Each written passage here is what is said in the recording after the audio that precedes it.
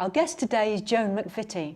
She was born in Scotland but has spent over 30 years teaching in secondary schools and further education in England. That includes 2 headships. Her first headship was Leytonstone School in Waltham Forest, and since January 2006 she's been head of Woodside High School, the former White Hart Lane School in Tottenham in Haringey. Joan, welcome. What took you into teaching in the first place? Is it a family of teachers, family of educators, or something different? Great-grandfather was a teacher. My mother went into teaching, but only after she'd raised 6 of us. And I think the rest of us spent our time trying to avoid going into teaching. I actually had a sort of gap year between the first and second bit of my university course, started teaching in that year, and then never returned to university because I thought I couldn't see me enjoying a job more than I was enjoying teaching. But your first headship, Leytonstone School, it was struggling when you went there. I think you were there 5 or 6 years. 6 years. What made you actually go, not only for a headship, but one for a school that was in challenging circumstances as well? I'd worked with a number of outstanding head teachers, and I had been encouraged myself to think of headship, and prior to that I'd actually had 2 deputy headships, both in fairly challenging schools, and was encouraged really to see that it was doable and that I could make a difference. Challenging, I think it's a word of the last decade, to tell you the truth, and it can mean many different things. Just look at Leytonstone, just briefly before we go on to talk about your present headship. What was it like when you got there, and what was it like when you left? In fairness to the previous head, he'd done a great deal of the groundwork.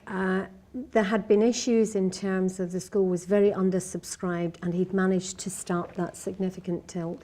I went in, I liked the children, I liked the staff, and I felt that we really could make a difference, and we chipped up each year about 3% every year until we got above national average. You moved to a school equally or more challenging circumstances. It was White Hart Lane School in Tottenham. Did you feel to some extent, I'm doing the same job again? Did you think there was Leytonstone and it was underperforming when I went, now I see the same factors in this school? In many respects they are very similar, but in other respects there's quite a different student population. And I think certainly in my experience it's been harder to bring the parents on board this time, but I would have to say now that the parents are really very positive about what's going on in the school and are actually working with us. When we talk about schools in challenging circumstances or underperforming schools, or we talk to people like you who've turned around schools, I can't remember one of them being a school in a middle class area. Now, there is underachievement in middle class schools, I think we all know that, but we do in this country have this link between schools in poor areas being seen to underperform as well. From your very long experience in turning around schools that serve challenging areas, have you sort of come to a conclusion about what those barriers are in schools like this that make raising standards so very, very difficult? Certainly the barriers I've found have been cultural barriers within the school. There have been low expectations for a considerable period of time, and it is about raising expectations right across the board with the students, with the staff and with the parents, letting them see that it's doable. White Hart Lane had actually improved their results over a period of 3 years, come up to mid-30s, and then had slipped back very dramatically. And it was almost as though, well, it was an expectation that it would go back down. We knew it wouldn't last, sort of atmosphere. And I think people were really quite shocked that within the space of really a term and a half, which was all we'd had to make an impact, we'd pushed them straight back up again to that base. We could have got to 34, 35% the summer after you'd been there. Yes. When you went into the school, you must have looked around, sort of done a mental audit of what needed to be done. What became your top priority at the, let's say, 2 weeks in? You went home at night thinking, well, the one thing I've got to change first is listening to the children, because the children did not feel that they had a voice. And in fact, we now have an outstanding school council, student council, who have themselves, they were the ones who drove forward the name change, they drove forward the uniform change. They're the ones that are really making that difference in the school, and all that we've done is actually listened to them. How difficult was it to persuade the rest of the staff to listen to them as well? It's still very difficult. I think that's the kindest thing that I could say. I've got a significant number of staff who are absolutely committed to turning the school around and to making a difference. But there are also a number of staff who are very used to the old culture, and as you're bringing in changes, getting huge opposition, I would say particularly from the unions, it's making life very difficult. Yeah. I've talked to heads who, two views really, some heads like to go into schools like this and change staff, you know, met others who just don't feel they need to do that. They want to work with the material they've got. What's your views on that? I certainly think that in a school such as Woodside currently, what is important for the children is consistency. They need to be able to see the same staff, and where there are issues with the staffing, I think it's important that we work with them to improve their skills in terms of improving the teaching, but most of all encouraging them to think about the learning of the young people, because that's been a big shift that we've needed to get in place. You mentioned briefly sort of the unions, and that's a story I've heard before, an experience. Yes. What sort of arguments do you get into with them whereby they end up, rather than being allies in changing the school, they end up, if I'm not putting it too bluntly, being almost enemies?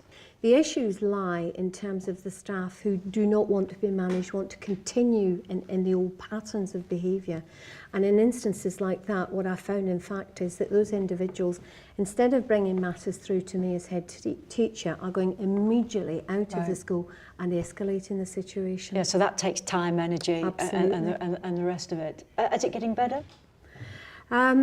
Not at the minute, I wouldn't say, but I do know from experience within Leytonstone, I think this is really the toughest period, this sort of, the mark just moving up to the year until you get to the year and a half of the headship. Let's go back to the youngsters as well, because you can't have the kids waiting around while you change the staff. And as you said, that was one of your first jobs, to make sure that they're listened to.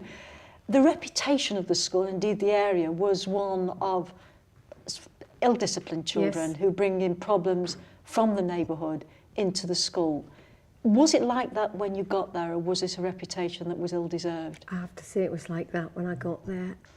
What I tended to find, certainly within the first few months, was that there would be fights breaking out all around the school for no particular reason. It could be somebody's looked at somebody the wrong way, and it would escalate very quickly.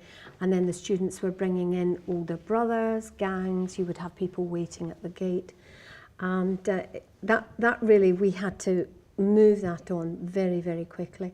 But I would say now that the students, if there's an issue in school, they will bring it through to us, because they know that the team I have working now will listen to them, will deal with the matter fairly, and will ensure that the outcomes are reasonable for all concerned.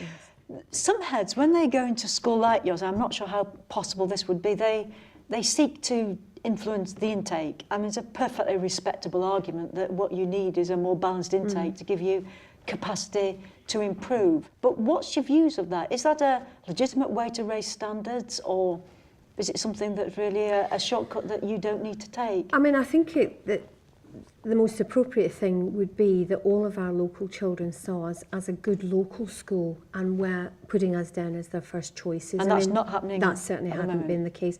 We're getting an increasing number of children for whom we are first choices. However, the school is not at capacity, and unfortunately the local authority, in fact, will keep giving us children to bring us to capacity. And children who invariably move partway through a school year are usually children who have issues from elsewhere.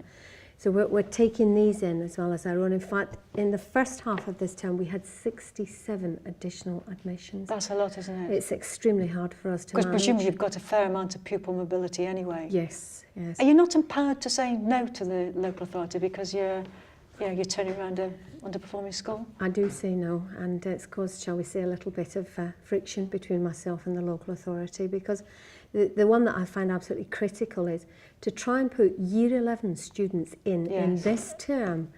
You're setting those children up to fail, and they're only going to feel disillusioned, and then we'll start to create issues for the other children in the same teaching groups. Are they new to the area or excluded from other schools? Excluded from other schools, or wanting moves from other schools for a variety of reasons.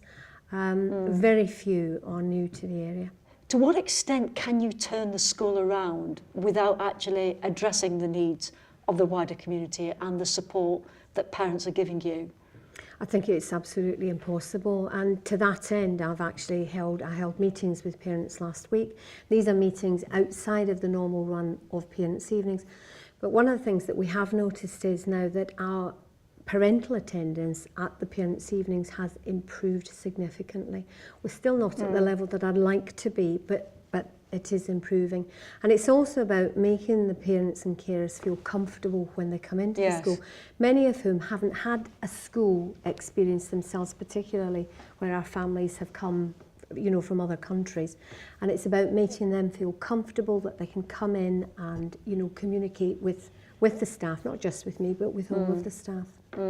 I thought when I read your background that your experience in FE would come in very useful in a school like this, and I was wondering really in terms of curriculum, but do you sort of have ambitions to really do something at 14 to 19 based on, you know, your experiences in FE and bringing a broader curriculum really, and perhaps a really top quality vocational curriculum into the school? Absolutely. I mean, certainly in my previous school, Leytonstone, we were well known for having a really diverse 14 to 16 curriculum for the students there that was really making a difference. And it's now about trying to bring those same opportunities into Woodside High for the children there. Because clearly the curriculum that we've got isn't meeting the children's needs. We're adjusting it at the minute, but I think what we're doing more is tinkering at the edges. We've got to have something much more radical. It's a terribly demanding job. You are the boss, you are the head teacher, the book stops with you. Where do you get your support from? Who re-energises you? Well, I would like to say, first of all, I have a very good team who are working flat out and are incredibly supportive. But I get my support from heads that I've worked with previously. I've got a number of sisters and a brother, and I get a huge amount of support still from my family. And certainly I have a very wide network in and around London because I've been involved in things like National College, Learning and Skills Council. So you have to find time to do that when you're busy head, don't you? A lot of heads would say, I can't afford to do those things because I need to be in school, whereas what you're saying is I can't afford not to. That enhances what you do in school. Absolutely, because it brings a wider network into the school, and it also helps to raise the profile. It helps the children and the staff to feel better about themselves when they see people taking an interest. Yeah. Do you think that all schools could do what you've managed to do in Leytonstone, and I'm sure will do in the school that you're in now? Or in terms of leadership in our education system, is that skill really only there in what, a couple of hundred, couple of thousand heads? No, I think it's there in many more people. How special is it? I think my main skill is that I'm very good at networking, and it's about drawing in the networks to support. And I think that networking is a skill that can actually be taught and can be taught to young heads. I do encourage younger heads that I've mentored or coached to actually build up their networks, because I think those are the things that actually make the difference. Okay. And after this one, another school? I don't know, maybe retirement. Well, meanwhile, I hope what you're doing, where you are, goes very well. Jo McVitie, thank you very much. Thank you very much.